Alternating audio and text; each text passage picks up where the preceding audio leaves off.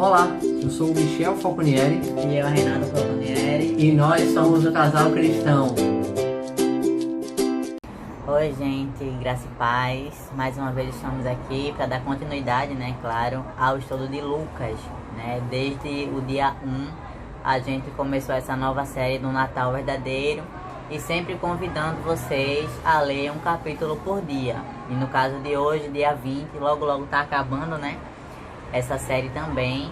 A gente vai pontuar algumas coisas do capítulo 20 de Lucas, tá bom? Antes da gente começar, pedimos que você curta, compartilhe, se inscreva no nosso canal para poder dar aquela força ao nosso canal e também para que a palavra possa chegar a outras pessoas.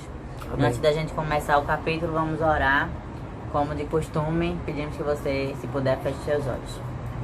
Senhor meu Deus, te agradecemos por mais esse momento, te pedimos perdão pelos nossos pecados, te pedimos que continue olhando por cada um de nós, principalmente as pessoas que assistem esses vídeos, que o Senhor possa chegar à casa delas e as abençoar, que o Senhor possa falar conosco através da tua palavra, Senhor. Te pedimos e te agradecemos, em nome de Jesus. Amém. Bom, o capítulo 20 começa com o título A autoridade de Jesus é questionada. Como a gente vem falando, os fariseus muitas vezes questionavam as ações de Jesus, né, tanto quanto ao sábado, quanto a curas, quanto a várias coisas. Então eu vou ler aqui essa parte a partir do versículo 1, tá certo? Certo dia, quando Jesus estava ensinando o povo no templo e pregando as boas novas, chegaram-se a ele os chefes dos sacerdotes, os mestres da lei e os líderes religiosos, e lhes perguntaram: com que autoridade estás fazendo essas coisas? Quem te deu essa autoridade? E ele respondeu: eu também farei uma pergunta. Digam-me, o batismo de João era do céu ou dos homens? E eles discutiam entre si, dizendo: se dissermos do céu, ele perguntará: então por que vocês não creram nele? Mas se dissermos dos homens, todo o povo nos apedrejará, porque convencidos estão de que João era um profeta. Por isso responderam: não sabemos de onde era. Disse então Jesus: tampouco direi com que autoridade estou fazendo essas coisas. Amém. Amém. São trechos que Michel particularmente gosta muito, porque a gente vê como é que eles acabavam por eles mesmos se quebrar, né? Porque eles questionavam Jesus da autoridade dele, das coisas que ele fazia, mas eles também não sabiam responder. Eles Então, eram pegos na própria astúcia, exatamente, né? Então acabavam se quebrando, queriam dar um tapa, mas eles se levavam, né? Exatamente. E a forma como eles discutiam, como o Michel fala, né? Se a gente disser uma coisa, a gente erra. Se a gente falar outra coisa, também se quebra. Então, era bem assim, de certa forma divertido ver como é que Jesus lidava com esse tipo de pessoa. Então, sempre vai existir pessoas para duvidar, para questionar as ações de Deus. Sempre vai existir pessoas para que, às vezes, até tentem questionar a nossa fé, né, aquilo que a gente segue. Pessoas para, de certa forma, tentar desviar o nosso foco. Mas a gente tem que ter em mente que tudo que Deus faz, Ele faz com convicção, Ele não erra, né? Ele sabe de todas as coisas. E por mais que possam existir esse tipo de pessoas na sua vida, como também existe na nossa vida, né? Que são pessoas que acabam por fortalecer a nossa fé. Tem gente que quer atrapalhar, mas feito eu digo muitas vezes pro Michel, que até quem quer atrapalhar ajuda. Então, quando Deus está à frente, essas pessoas acabam ajudando. Então coloque Deus à frente da sua vida em todas as coisas. E saiba que até quem quiser lhe atrapalhar, vai ajudar também. Exatamente, irmãos. Os planos de Deus, eles não podem ser frustrados, né? Por mais que você receba uma bênção e de repente você não saiba lidar com aquela bênção depois, você não pode ficar surpreso e achar que Deus ficou frustrado porque você não soube administrar bem. Afinal, ele já sabia de todas as suas atitudes, então ele não pode ser pego desprevenido. Tá bom? Levando em consideração aqui essa astúcia aqui dos fariseus, ele falou aqui a respeito da parábola dos lavradores maus, tá? Que ele fala que um dono de uma vinha arrendou a vinha para alguns lavradores, para que elas tomassem conta. e ele se ausentou do país, tá? A parábola ela vai aqui do verso 9 ao verso 18, eu não vou ler toda para vocês, na verdade eu vou passar apenas uma pequena explicação e eu gostaria que vocês lessem, como pedimos para que vocês lessem todos os capítulos bem atentamente, ok? Então, ele fala aqui de um senhor que tinha uma vinha e ele arrendou a uns lavradores e o mesmo dono dessa vinha se ausenta do país, tá? E ele estava longe e ele mandou servos para que fossem até os lavradores para dar conta da vinha, né, o que tinha acontecido. Então os lavradores, vendo os servidores que aquele dono de vinha tinha mando a tomar posição a respeito daquela terra, daquela vinha, os homens pegaram e ultrajaram aquele servo daquele senhor. Então o Senhor mandou novamente mais pessoas que foram ultrajadas, apedrejadas, humilhadas. Mais uma vez ele mandou outras pessoas que foram humilhadas e foram escarnecidas. E então ele falou, não, o que é que eu vou fazer? Eu vou mandar o meu filho, porque o meu filho ele tem autoridade. Então quando chegou lá na vinha, os lavradores pensaram consigo, olha lá, ali está o herdeiro, o filho do dono da vinha. Então vamos e matemos para que a vinha seja nossa. Então eles matam o filho do dono da vinha. Então Jesus explica e pergunta, né, o que acontecerá quando o dono da vinha voltar? E isso daqui é uma pequena explanação sobre o plano de Deus para as nossas vidas. Quando Jesus fala aqui que esse dono da vinha se ausentou e que mandou pessoas, foi quando Deus mandou os profetas para que antecedessem a vinda de Jesus, para que esses profetas pregassem o reino de Deus, para que eles pregassem o arrependimento, para que eles pregassem o amor, para que eles pregassem o verdadeiro sábado, o verdadeiro jejum. E o que foi que fizeram aos profetas? Mataram os profetas. E ele mandou também Jesus, que é o Filho. E o que fizeram com Jesus? Também mataram. E ele estava fazendo aqui uma pequena explanação de todo esse movimento. Tá? E aí, levando em consideração isso, algumas das pessoas que estavam lá falaram tipo assim, não, Deus o livre que isso aconteça. E aí eu quero ler para vocês o versículo 17 que diz o seguinte: mas Jesus, fitando-os, disse, que quer dizer, pois, o que está escrito? A pedra que os construtores rejeitaram, esta veio a ser a principal pedra angular. Todo o que cair sobre esta pedra ficará em pedaços, e aquele sobre quem ela cair ficará reduzido a pó. Amém? E essa pedra é Jesus, a pedra angular, a pedra rejeitada, que é aquela pessoa que ele veio, certo? Humilde, para pregar o reino de Deus, pregar o amor e a misericórdia, e ele foi rejeitado por muitos, tá? Mas ele está dizendo aqui que essa pedra, por ser rejeitada, aquele que cair em cima daquela pedra será despedaçado, e aquele sobre qual a pedra cair ficará reduzido a pó. Então, quando Jesus voltar, todos aqueles que rejeitaram a Deus, eles serão lançados no mar de fogo, tá bom?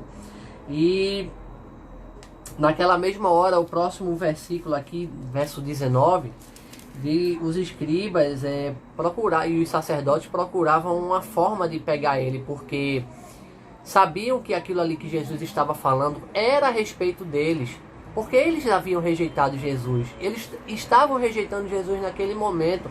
Cada vez que eles tentavam a Jesus, queriam dissimulá-lo, queriam fazer perguntas com astúcia, ou até mesmo plantavam uma semente de raiva, de inveja no coração por conta de Jesus, eles sabiam que Jesus estava falando deles, tá?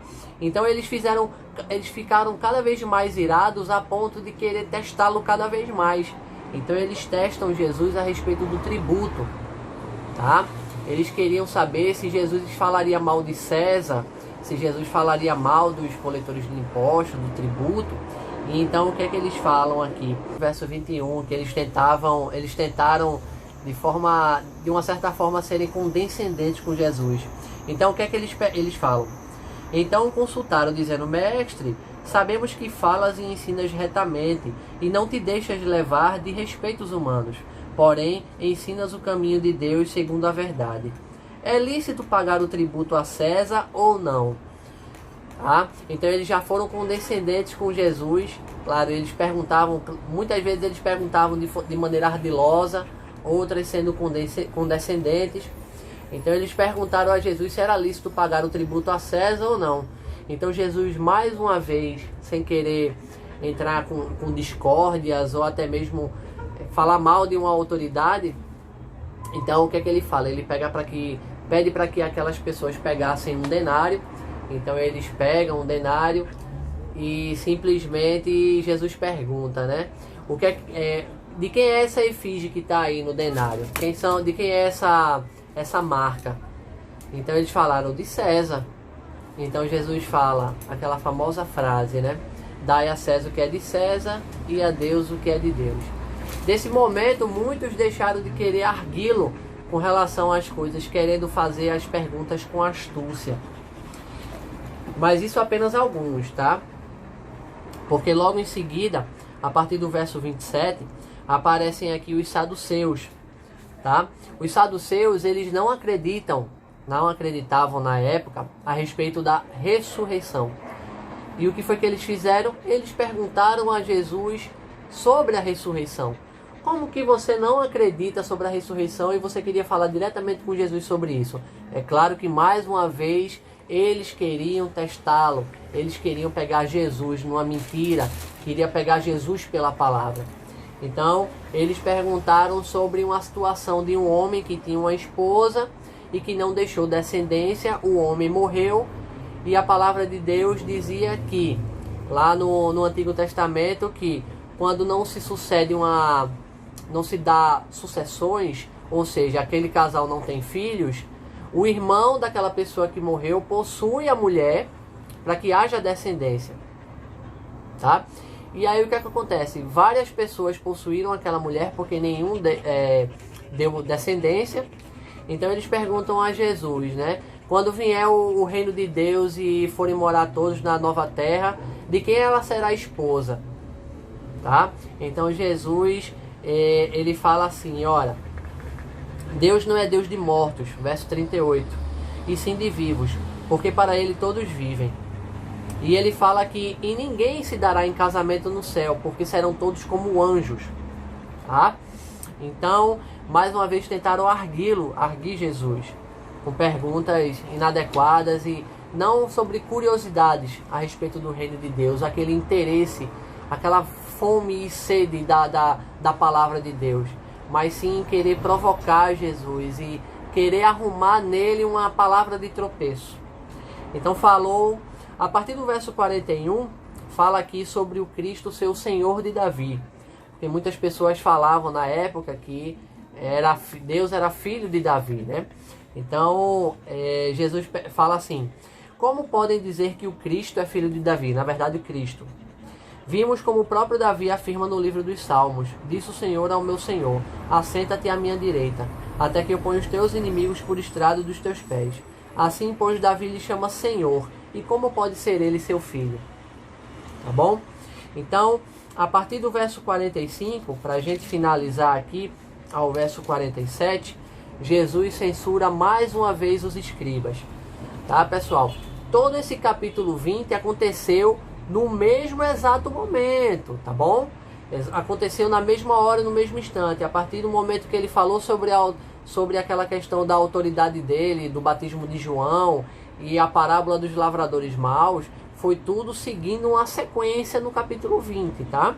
E ele finaliza no verso 45 ao 47 dizendo assim: ouvindo-o todo o povo, recomendou Jesus a seus discípulos: guardai-vos dos escribas, que gostam de andar com vestes talares, e muitos apreciam a saudação nas praças, as primeiras cadeiras nas sinagogas e os primeiros lugares nos banquetes, os quais devoram as casas das viúvas e, para os justificar, fazem longas orações. Estes sofrerão juízo muito mais severo. Amém? São aqueles corações, são aquelas pessoas que falam da palavra de Deus, mas o seu coração está longe de vivenciar o que significa o reino de Deus, o que significa a palavra de Deus, o que significa você refletir o caráter de Deus. Então Jesus ele deu uma breve recomendação aqui. Não sejam como os escribas, como os fariseus, como os saduceus, ou até mesmo como esses doutos da lei. porque eles gostam de andar com aquelas roupas, com aquelas vestes talares, aquelas franjas, e de ser chamados de rabi no meio da rua, e de sentar nas primeiras fileiras da sinagoga, aquela falta de humildade, aquela arrogância, se achando alguma coisa, quando na verdade eles não são absolutamente nada, porque eles falam de Deus, mas o coração está longe de Deus. Como a própria palavra de Deus diz, ele me honra com os lábios, mas o coração está longe de Deus. Então isso não existe. Se você fala uma coisa, você precisa viver o que você prega, tá? Então aqueles que Jesus falou aqui, eles estavam vivendo de maneira nada procedente com o que eles pregavam. Eles falavam sobre Deus, mas o coração estava sujo, pecaminoso e muito, muito longe do reino de Deus. Amém, irmãos? Espero que vocês tenham gostado aí do resumo do capítulo 20. Fiquem todos com Deus, que Deus abençoe, guarde e ilumine a cada um de vocês. Não se esqueça de deixar o teu comentário aqui embaixo, se inscreve no nosso canal e compartilhe a palavra de Deus, que é extremamente importante. Nos vemos no próximo vídeo, se Deus assim o permitir. Fiquem todos com Deus. Tchau, tchau.